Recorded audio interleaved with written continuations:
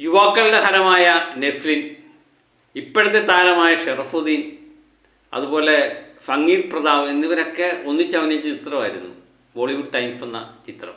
മികച്ച പ്രതീക്ഷയോടെ കാത്തിരുന്ന ചിത്രം.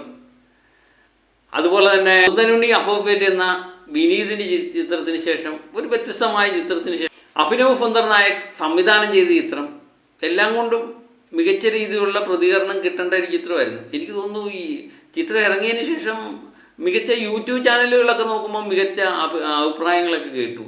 അതൊക്കെ ചിത്രത്തിന് പോസിറ്റീവായിട്ട് വരേണ്ട നിലയായിരുന്നു. പക്ഷേ മികച്ച റിലീഫുകളൊന്നും, പുതിയതായിട്ടുള്ള റിലീഫുകളൊന്നുമില്ല.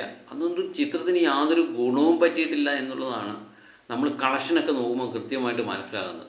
ഇന്നലെ കേവലം 39 ലക്ഷം രൂപ മാത്രമേ ഇത് കളക്ട് ചെയ്തുള്ളൂ എന്നുള്ളതാണ് ഏറ്റവും വലിയ ദുഃഖകരമായ കാര്യം.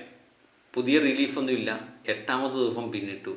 9ാമത്തെ ദിവസമായിട്ടും 8ാമത്തെ ദിവസവും ഈ ചിത്രത്തിന് 50 ലക്ഷത്തിന് താഴെ, ഏകദേശം 40 ലക്ഷത്തിനും താഴെ, ഏകദേശം 30 ലക്ഷം റേഞ്ചിൽ ചെന്ന് നിൽക്കുന്നു.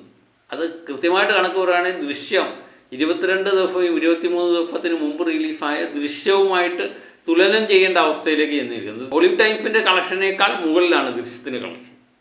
അതാണ് അവസ്ഥ. ഇതിന് നെഫ്ലിൻ എന്ന് പറയുന്ന യുവതാരത്തിൽ നിന്ന് പ്രേക്ഷകർ പ്രതീക്ഷിച്ച ഫാനം കിട്ടിയില്ല.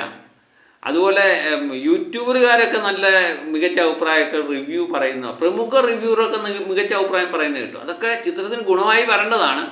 പക്ഷെ ഒന്നും തന്നെ ഗുണമായി വന്നില്ല.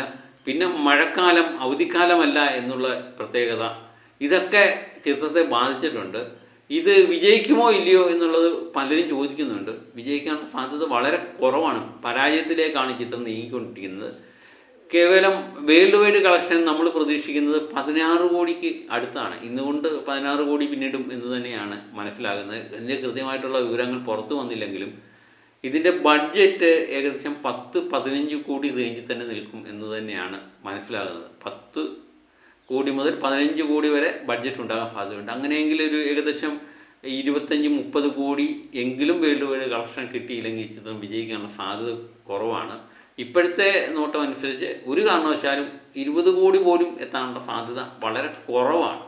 അങ്ങനെ ചിത്രം ഒരു വൻ പരാജയത്തിലേക്ക് നീങ്ങാനുള്ള സാധ്യതയാണ് കാണുന്നത്. അങ്ങനെ നെഫ്ലിൻ തുടർച്ചയായിട്ടുള്ള വിജയം നേടിയ നെഫ്ലിൻ മറ്റൊരു ചിത്രം പരാജയത്തിലേക്ക് പോകുന്നു. വളരെ വിഷമകരമായ കാര്യമാണ്. നമുക്കെന്ത് ചെയ്യാൻ പറ്റും അല്ലേ? കാത്തിരിക്കാം. പുതിയ അപ്ഡേറ്റും ഒക്കെ ആയിട്ട് വീണ്ടും ഞാനെത്താം. എത്തും വരെ ഒക്കെ ബൈ.